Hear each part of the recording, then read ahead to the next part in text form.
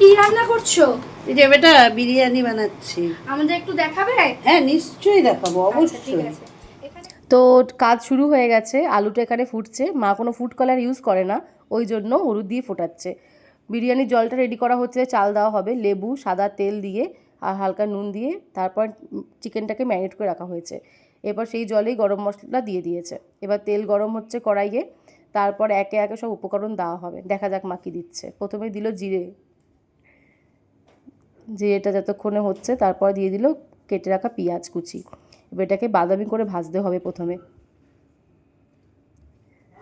ভাজা হয়ে গেলেই তার উপর একে একে বাকি মশলাগুলো দেওয়া হবে। দেখতে পাচ্ছেন গোল্ডেন হয়ে গেছে। এইবার দেওয়া হয়ে গেল মায়ের বেটে রাখা যা যাবতীয় মশলা, আদা রসুন বাটা, পেঁয়াজ বাটা, সব কিছু। এর মধ্যে লঙ্কা, কাঁচা লঙ্কাও আছে। তারপর হলুদ দেওয়া হলো পরিমাণ মতো, নুন পরিমাণ মতো দিয়ে ভালো মতো এটা কষিয়ে নিতে হবে। মশলা কষবে যখন জল ছেড়ে আসার আগে আগে লঙ্কার গুঁড়ো দেওয়া হলো, এটা কাশ্মীরি লঙ্কার গুঁড়ো, জাস্ট ফর কালার। তারপরে মশলাটা কষতে দিয়ে দেওয়া হবে। এবার চালটা দিয়ে দেওয়া হলো, ভিজিয়ে রাখা চাল ফোটার জন্য। আর যেহেতু মা লেবুটা আগে দিয়ে দিয়েছিল, তো ভাতটা একদম ঝরঝরে হবে, একটুও লাগবে না। এবার নেক্সট স্টেপ দেখার জন্য সাথে থাকুন। নেক্সট স্টেপ হচ্ছে ডিমটাকে মা সেদ্ধ বসিয়ে দিয়েছে একটা কড়াইয়ে, আর ওই কড়াইয়ে মশলার মধ্যে দিয়ে দিয়েছে ম্যারিনেট করা চিকেনগুলো। এবার আস্তে আস্তে চিকেনগুলো সেদ্ধ হবে মশলার সাথে সাথে, আর তার সাথে সাথে ডিমটাও সেদ্ধ হবে। ভালো করে নাড়িয়ে নেওয়া হলো। এরপর ডিমের সাথে মা কী করেছে বুদ্ধি করে, দুটো টমেটো সেদ্ধতে দিয়ে দিয়েছে। টমেটোটা কেন লাগলো ওটা আপনারা একটু পরেই জানতে পারবেন। আবার একটা কড়াইয়ে তেল নিয়ে নেওয়া হয়েছে, সর্ষের তেল। তেলটা গরম হওয়ার পর আবার এখানে কিছু পেঁয়াজ দেওয়া হলো। এই পেঁয়াজগুলোকেও এখন ভাজা হবে গোল্ডেন করে, বেরেস্তা বানানোর জন্য।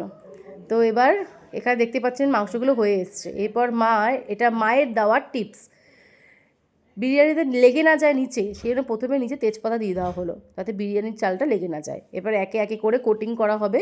প্রথমে মা চিকেনগুলো দিয়ে দিচ্ছে। চিকেনগুলো ভালো করে একের পর এক দিয়ে তার উপর দেওয়া হবে চাল, মানে ওই ভাতটা যেটা হয়েছে। আর দেখতে পাচ্ছেন একদম ঝরঝরে আছে, একটুও লাগেনি। টিপসটা কিন্তু দিয়ে দিয়েছি আগেই, দেখে নেবেন মনে করে। তারপরে তার উপরে আবার চিকেন দিয়ে দেওয়া হলো। এবার তারপর দেওয়া হলো আলু, বিরিয়ানির আলু। মানে আলু ছাড়া বিরিয়ানি কেউ ভাবতে পারে? আমি তো পারি না। তারপর দেওয়া হবে ডিম। আস্তে আস্তে ডিমগুলো দিয়ে দিচ্ছে মা সুন্দর করে, মানে দেখেই মনে হচ্ছে যে কখন এটা হবে। ওই ধুয়ো ওঠা গরম বিরিয়ানি কখন কখন হবে। তো মোটামুটি সব রেডি। এবার এটাকে দমে বসানো হবে। ওপর থেকে মা একটুখানি নিজের স্পেশাল মশলা দেওয়া হচ্ছে। এটা রেসিপি আপনাদের পরের ভিডিওতে দিয়ে দেওয়া হবে। এটা একদমই মায়ের বানানো স্পেশাল মশলা। ওপর দিয়ে ভেজে রাখা বেরেস্তা যেটা আমরা রেডি করেছিলাম ওটাও দিয়ে দেওয়া হলো। সব কিছু ভালো মতো দিয়ে দেওয়া হচ্ছে এটা দুধ আর কেসারের জল, মানে মিশ্রণ। এরা ফ্লেভারটাকে আরও ইনহ্যান্স করবে। তার উপরে দেওয়া হচ্ছে ঘি। ঘিটা পরিমাণ মতো যার যেরকম ভালো লাগে সে সেরকমভাবে দিতে পারবেন, এরকম কোনো ব্যাপার নেই যে এতটাই লাগবে। তার উপর দেওয়া হলো আতর। আতর দেওয়ার পর এইবার আপনার দমে বসিয়ে দেওয়া হলো বিরিয়ানিটা। তো এবার ঝটপট দেখা যাক কেন টমেটো সেদ্ধ হয়েছিল। টমেটোটা সেদ্ধ হয়েছিল মায়ের বানানো স্পেশাল চাটনির জন্য। এখানে দেওয়া হয়েছে টক দই, 4টে টমেটো, কাঁচা লঙ্কা, পরিমাণ মতো কয়েকটা রসুনের কোয়া। এটা একটু ঝালঝালি হয়। মিক্সিতে ভালো করে পেস্টটা বের করে নেওয়ার পর এর ওপর দেওয়া হবে লেবুর রস, আর দেওয়া হবে কাঁচা সর্ষের তেল। এবার এইটা যদি কেউ কোনোদিনও বানিয়ে খেয়ে আমাকে প্লিজ রিভিউ দেবেন। এটা মায়ের বানানো স্পেশাল, এটা আমি আর কোনোদিনও কোথাও খাইনি।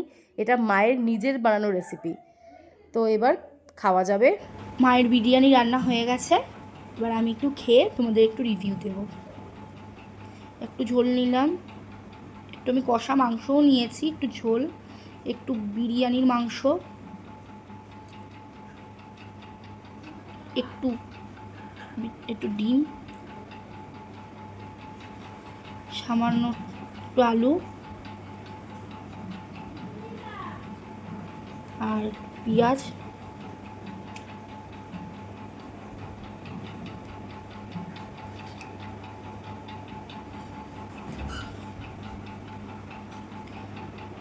আর একটু শসা,